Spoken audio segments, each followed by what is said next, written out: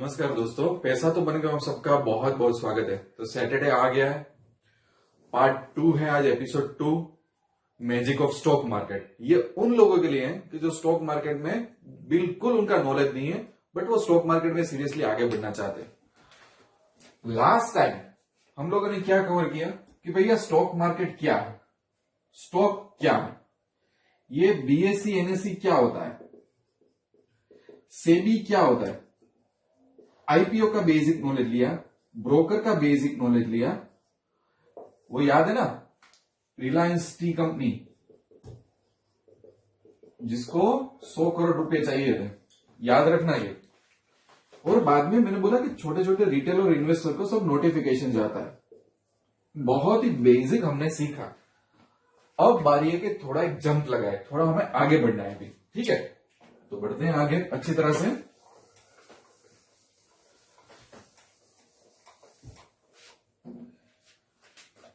NSE BSE ये क्या है? Stock exchange. स्टॉक एक्सचेंज की क्या जरूरत है? तो मार्केट में इतनी सारी कंपनी आईपीओ लेके आती है कि हमको 100 करोड़ दो, 500 करोड़ को 10,000 करोड़ दो, तो वो सब फैसिलिटी कौन प्रोवाइड करेगा?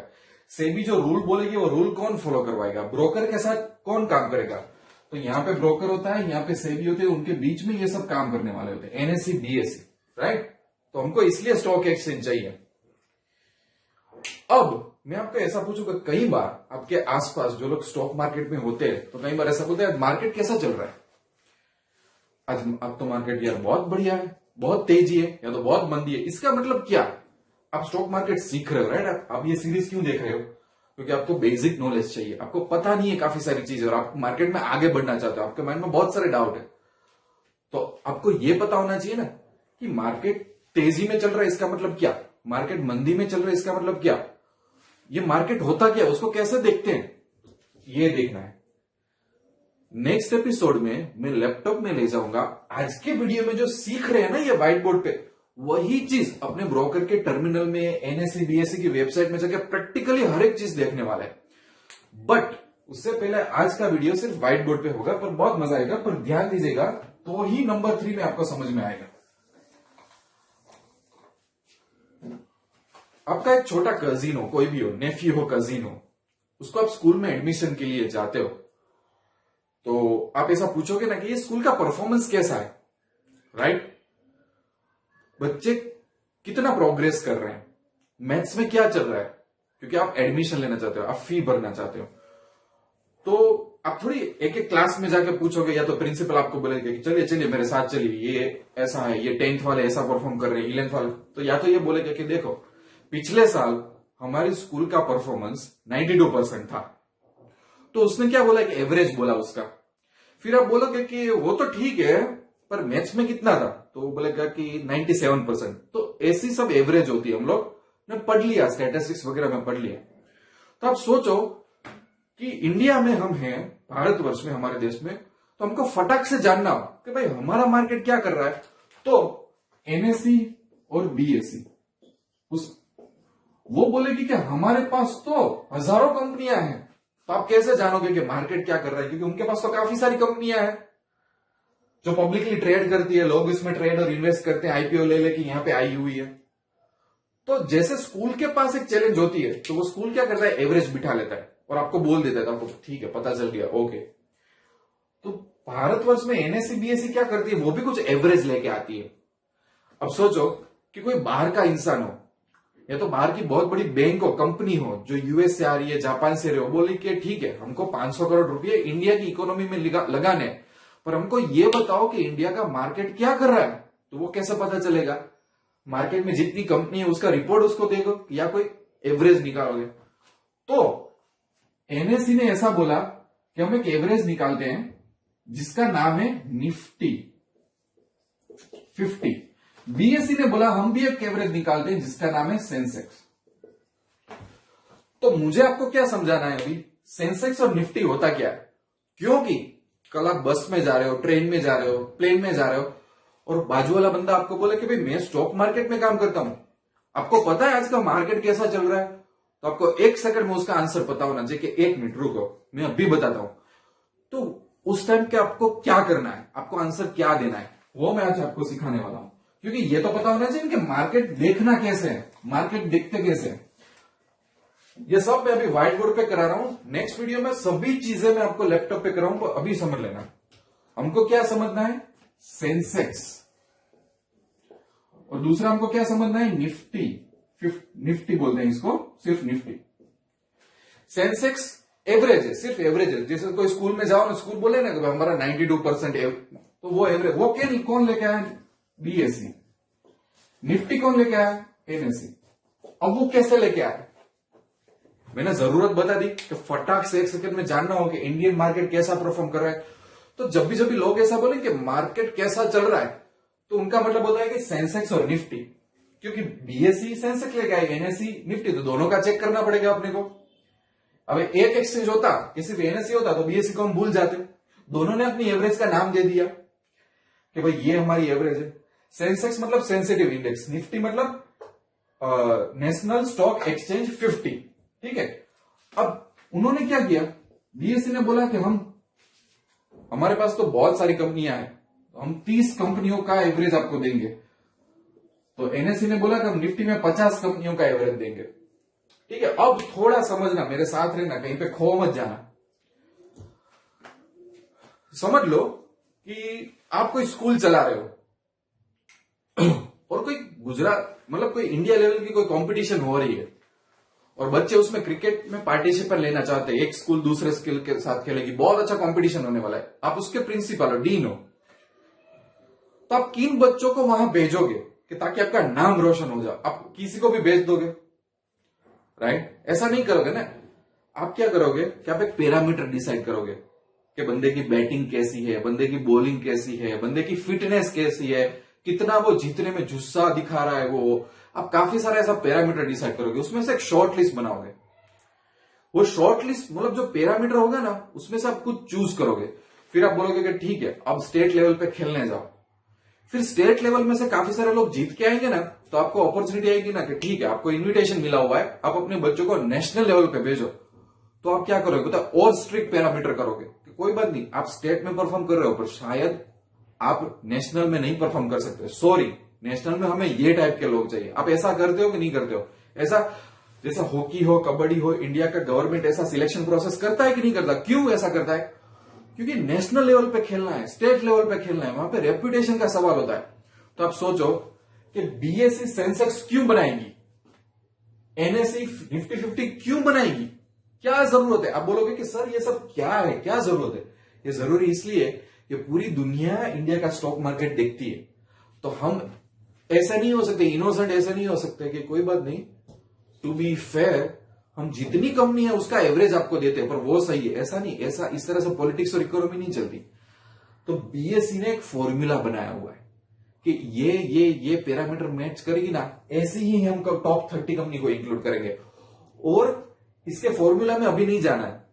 देखो ये इंटरेस्टिंग टॉपिक है वैसे कि कैसे ये लोग कंपनी चूज करते हैं, पर उसमें स्टैटिस्टिक्स है। उसमें जो लोग बेसिक अभी सीख रहे हो ना, उनको ये सब जानने की जरूरत नहीं है कि भाई क्या फॉर्मूला है, मुझे बताओ। अभी मैं फॉर्मूला समझाऊंगा ना तो आधे लोग छोड़ देंगे वीडियो, करे यार इतना डिफिकल्ट है स्टेट मार्केट, पर इतना नहीं है डिफिकल्ट।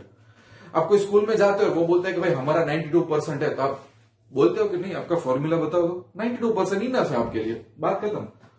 तो मैं जो बोल रहा हूं अभी मेरे साथ रहो, बाकी हम एडवांस वीडियो की भी मैं सीरीज डालूंगा। अभी हम ये समझ क्यों रहे वो भी भूल मत जाना। तो कोई हमको पूछे कि मार्केट कैसा चल रहा है, तो हम गूगल में जाकर फटाक से सेंसेक्स सर्च कर ले, फटाक से निफ्टी, पर ये सेंसेक्स निफ्टी आया कहां से वो तो पता होना चाहिए ना।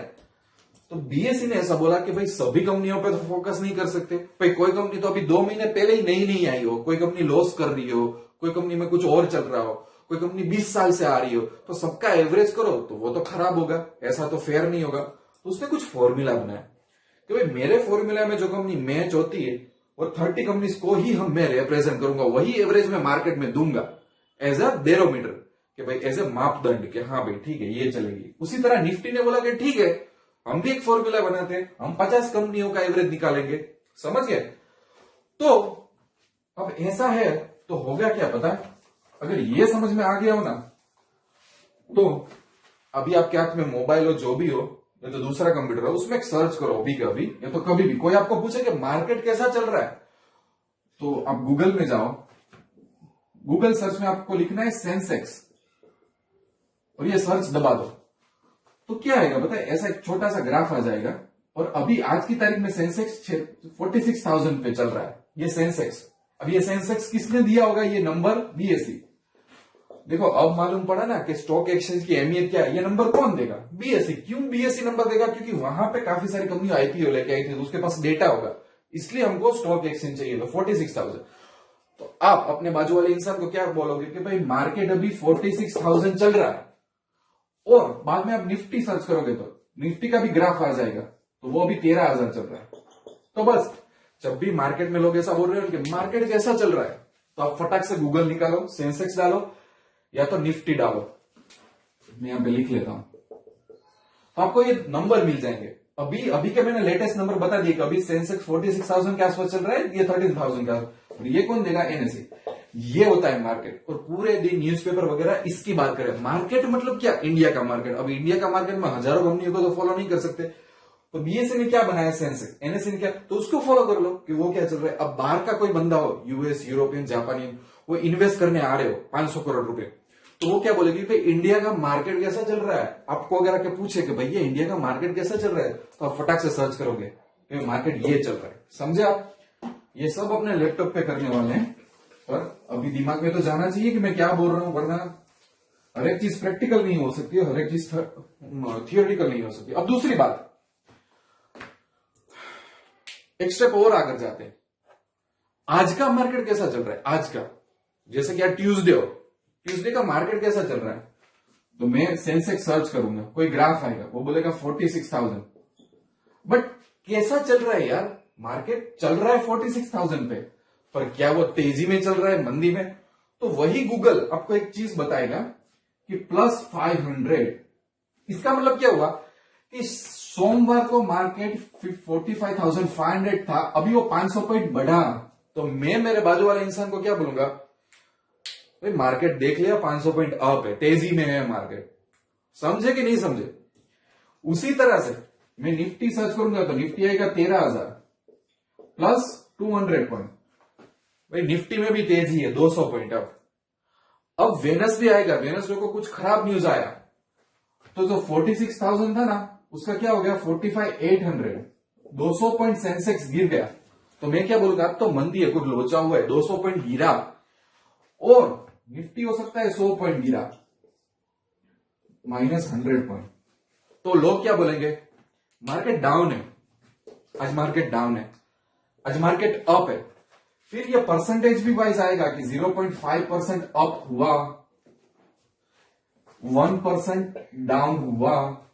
क्योंकि आप स्टॉक मार्केट में होते हो ना, आपको पता चलता है ना, तब आप 46,000 पे फोकस नहीं करोगे, आप 13, क्योंकि ये 13,000 46,000 काफी महीनों तक चलते रहेंगे, तो आपको उसमें इंटरेस्ट नहीं होता। आप मेरे को फोन करके क्या बोलोगे? सर मार्केट कैसा चल रहा है? तो मैं क्या बोलूंगा? भाई आज मंगलवार है, मार्केट 300 पॉइंट अप है। मैं ऐसा नहीं बोलूंगा 46,000 300 पॉइंट, क्योंकि आपको पता होना चाहिए, क्योंकि आप स्टॉक मार्केट में हो। तो आप बोलोगे ठीक है 300 पॉइंट अप है, समझ गया। निफ्टी कैसा चल रहा है? 100 पॉइंट अप है, ठीक है। फिर कॉल फोन करोगे, आज लोचा हो भाई 200 पॉइंट डाउन है, निफ्टी 50 पॉइंट डाउन है। तो तेजी मतलब कुछ पॉइंट अप है, मंदी मतलब कुछ पॉइंट डाउन है। कई बार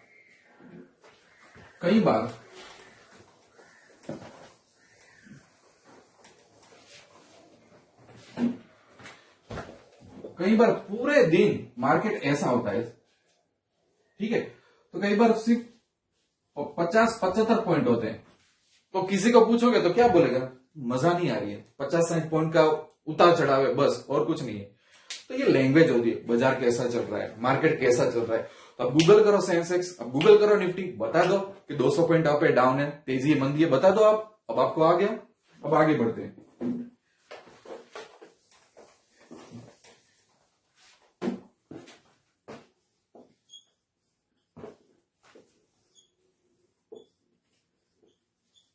जब बाहर की बड़ी बड़ी कंपनी आती है, बड़े बड़े फंड लेके, तो एक और यूज क्या होता है सेंसेक्स और निफ्टी का? वो बोलती है ठीक है इंडिया के मार्केट में 200 करोड़ लगाने हमको, पर हम रिसर्च करेंगे, हमको डेटा दो। वो बीएसई एनएसई के पास जाएगी, वो बोलेगी डेटा दो। डेटा क्या चाहिए उनको? बोले कि सेंसेक्स जो बीएससी का है ना, तो अपने बोलेंगे हाँ वो बीएससी का है। निफ्टी एनएससी का है ना, तो क्या एनएससी का। ये आपकी टॉप कंपनी है ना सेंसेक्स की 30 निफ्टी, तो कहा टॉप कंपनी है। ओके, एक काम करो, लास्ट 20 साल में, लास्ट 25 साल में इसका परफॉर्मेंस हमें दो, बताओ, तब हम डिसाइड करेंगे। कोई स्कूल में आप जाओगे तो प्रिंसिपल बोलेगे ठीक है सर, आपको अपने नेफ्यू या कजिन को यहाँ पे रखना है, ठीक है। तो आप बोलेगे स्कूल का परफॉर्मेंस कैसा था, तो वो बोलेगा लास्ट ईयर 92%। तो आप डिसीजन ले लोगे क्या?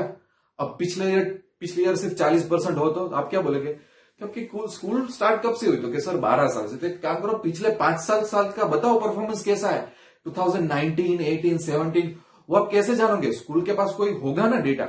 उसी तरह से किसी को 100-200 करोड़ रखने हो यहाँ पे इंडियन मार्केट में, तो वो क्या बोलेगा कि सेंसेक्स निफ्टी का डेटा लाओ, हमको रिसर्च करना है। तो कई बार लोगों को क्वेश्चन होता है, जो लोग नया नया सीखते हैं ना, कि क्या जरूरत है सेंसेक्स निफ्टी की। अरे जरूरत है ना भाई, वरना आप हजारों कंपनियों का कैसा एनालिसिस करोगे और लोगों को कैसा बताओगे कि इंडिया का मार्केट कैसा चल रहा है।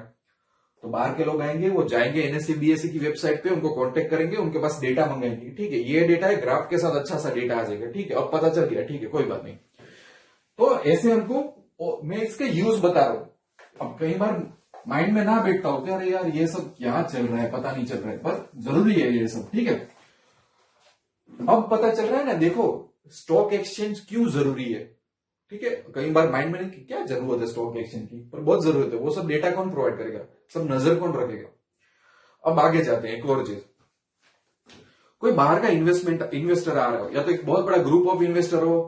कई बार गवर्नमेंट होती है ना, जैसे जापान की गवर्नमेंट, चाइना की गवर्नमेंट, वो खुद एक बहुत बड़ा पोर्टफोलियो चलाती है इन्वेस्टमेंट का, कि हम पाकिस्तान पे इन्वेस्ट करेंगे, हम यूएस में इन्वेस्ट करेंगे, इंडिया में इन्वेस्ट करेंगे, जापान में, बहुत सारे पैसे वो लोग डालते हैं एक्चुअली। उसको फॉरेन इन्वेस्टमेंट बोलते हैं, एफआईआई बोलते हैं, फॉरेन इंस्टीट्यूशनल इन्वेस्टर। तो कई बार वो आते हैं कि ठीक है ठीक है ठीक है, इंडिया का सेंसेक्स इतना चल रहा है, समझ में आ गया। सेंसेक्स कौन प्रोवाइड करती है, बीएसई, 30 कंपनियों का फॉर्मूला वाइज एक एवरेज, निफ्टी एनएसई 50 कंपनी को, ओके पता चल गया। पर वो बोले कि हमको इनसे मतलब नहीं है, हम इंडिया के बैंकिंग सेक्टर में इंटरेस्ट रखते हैं, तो बैंकिंग सेक्टर के लिए कुछ बताओ ना। तो हमारे पास क्या है, बैंक निफ्टी।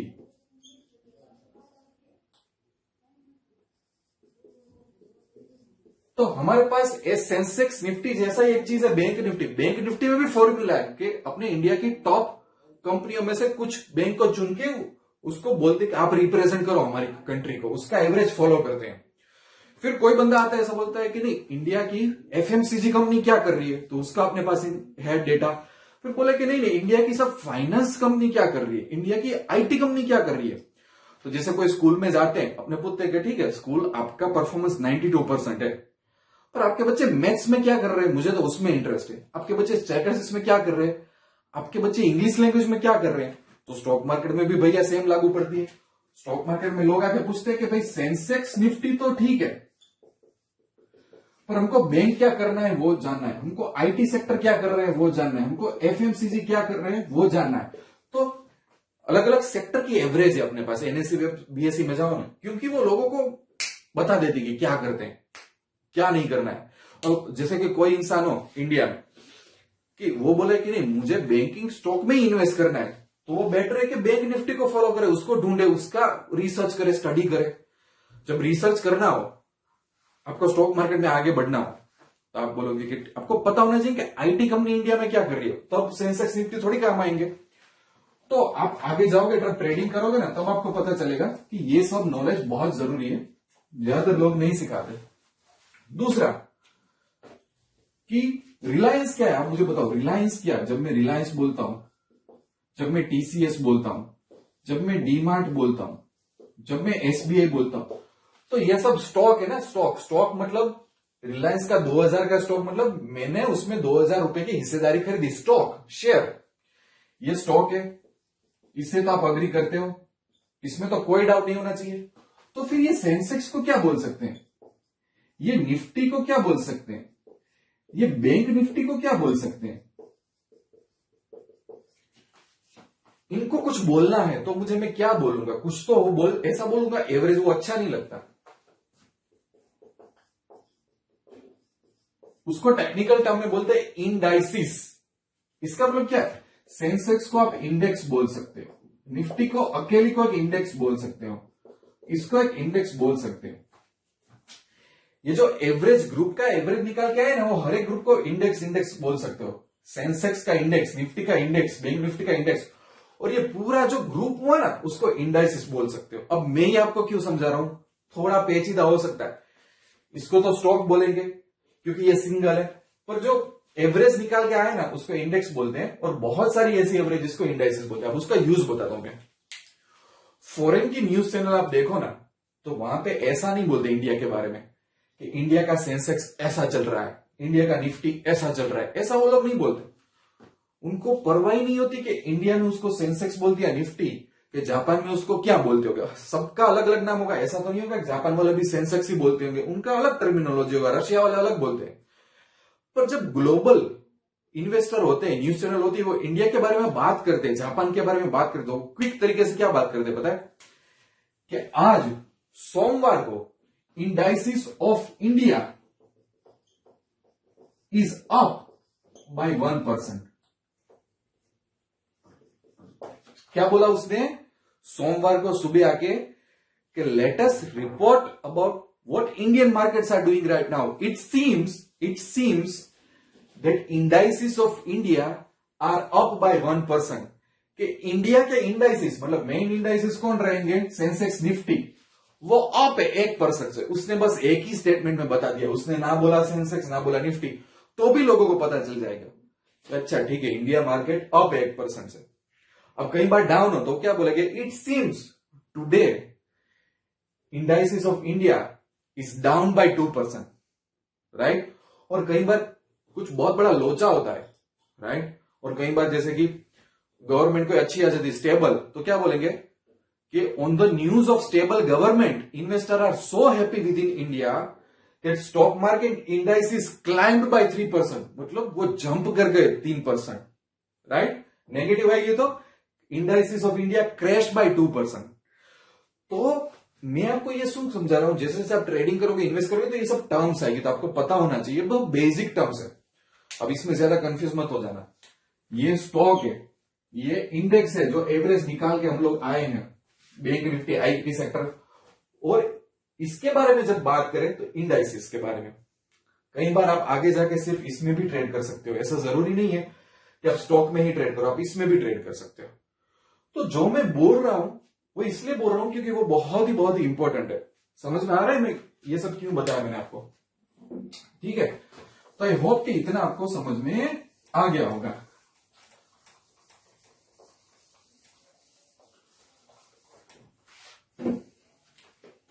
निफ्टी है, निफ्टी वो 50 कंपनी का समूह है। अब निफ्टी ने क्या किया बताए, उसने एक और इंडेक्स निकाला है। अब तो इंडेक्स क्या पता चल गया, एवरेज। वो लोग एवरेज निकालते रहते हैं रिपोर्ट्स के लिए।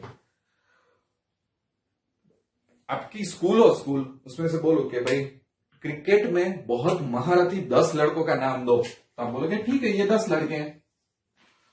पर बाद में आपके बोलोगे ये 10 है, पर इसका मतलब काफी सारे लोगों को रिजेक्ट किया होगा, तो मुझे सब लोगों को नहीं देखना है, पर इसके बाद में जो नेक्स्ट 10 थे ना वो मुझे देखने, इसके बाद वाले नेक्स्ट 10, बाकी लोगों का काम नहीं है। तो कई बार इन्वेस्टर होते हैं वो बोलते हैं कि निफ्टी 50 नहीं चाहिए, उसके बाद वाली इमीडिएट 50 कंपनी चाहिए, तो वो आ जाता है निफ्टी नेक्स्ट 50। तो क्योंकि एनएससी बोलता है कि मैं टॉप कंपनियों को ही शॉर्टलिस्ट कर रहा हूं, तो मतलब काफी सारी तो आज के वीडियो में अपने यहीं तक रखते हैं। अपने बीएसई एनएससी से, सेंसेक्स से लेसे निफ्टी वो पढ़ लिया, इंडाइसिस अलग अलग कवर कर लिए, क्यों चाहिए ग्लोबल मार्केट को, इन्वेस्टर को मार्केट कैसे देखना है, वो सब अपने जान लिया। यहीं तक अपने रखते हैं।